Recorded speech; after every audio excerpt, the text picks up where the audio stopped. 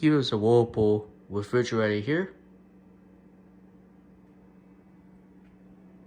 This one here. Let's open it up.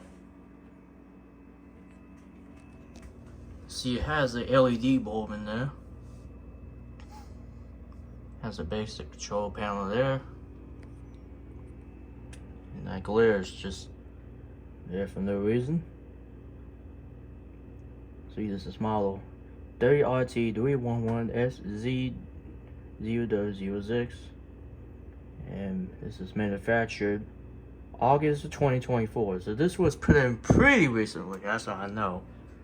It's November right now as of this recording, so it's probably been here for, like, I'd say at least a month. Let's open the freezer. Nothing special there. Anyway, I figured I want to show this, so this is it.